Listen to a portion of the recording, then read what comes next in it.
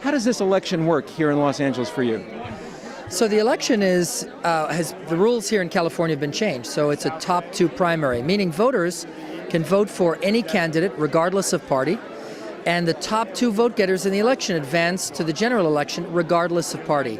And so it's a new system for California, not that new, actually a few years now, but it's different than what most people are used to around the country. What's the office that you're running for? I'm running for Congress in California's 33rd district, an historical district covering everything from Malibu to Palos Verdes, and then from Santa Monica to Hancock Park. And it's the seat held now by Henry Waxman. So you were just speaking with Wendy Gruhl. Are you opponents? Well, I don't know opponents, but yes, we're in the same race, and only one of us is going to end up with the seat. So you could say that, but we respect each other, and that's how it should be. Which party are you running in? Which is she in, and how does that affect the ultimate? So I'm a Republican, but again, the top two vote getters, regardless of party, advance. So I'm actually competing with all of the field of candidates, and then two of us will advance to November, regardless of party. And for someone to vote for you, do they have to be registered Republican? No, actually, voters can vote for any candidate. All the ballots are the same, all the candidates are listed, and voters, regardless of their registration, can vote for any candidate. They vote for one candidate, and then the top two vote getters, regardless of party, advance to the general election in November. You're a lawyer in the military, is that right? Well, I'm a criminal gang prosecutor with the district attorney's office, but I'm also an Army officer.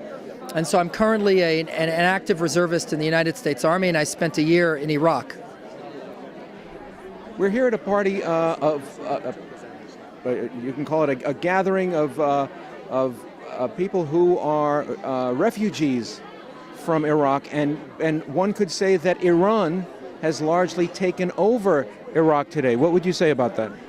Well, I think actually one of the many, many troubling things about the Iranian regime today is the extent to which they're undermining a fledgling Arab democracy in Iraq and undermining a fledgling Arab democracy in Lebanon, two countries that could provide a lot of hope for the Middle East. And Iran and its terrible mischief is undermining those regimes, and with terrible violence. I mean, just look at what's happening in Syria. I mean, the slaughter. This is a regime that is a danger to the world, and the United States must stand strongly in favor of safety, security, and the security of Americans and the security of our ally Israel, which is in grave danger from Iran. So are these constituents here particularly sensitive about the fate, the future of Iran? Well, there's no question. These constituents here are refugees from Iran, or they're the sons of refugees from Iran, sons and daughters, in other words, of refugees from Iran.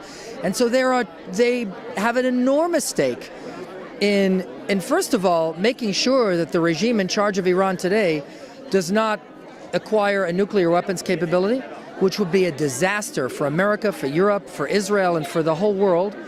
And they have a stake also in seeing Iran return to what it used to be. That a country that is close to the West, that was supportive behind the scenes of Israel, and that couldn't be further from what it is today. And so these young people here in 30 years after really have a tremendously important voice on the issue of Iran, the Iran of today, and what Iran used to be. And their voice needs to be heard. Why is their voice and your representation of their voice so important under the Obama administration? Well, look, I think the real concern here is that in the midst of what's going on, I mean, think about it. Iran spinning centrifuges ever closer to nuclear weapons capability, committing mass murder through its proxies in Syria, destabilizing the world, threatening to annihilate Israel, and building ICBMs that can reach America. In the midst of all that, you know what we're doing? We're rolling back sanctions on Iran. The United States is cutting back on our sanctions regime. Loosening, yes, we're loosening sanctions, the very sanctions that forced Iran to the negotiating table. That is extremely dangerous, and that is not the right policy for America, for Israel, or for the world. So do you feel having a Democrat in that seat would only help Obama and his agenda?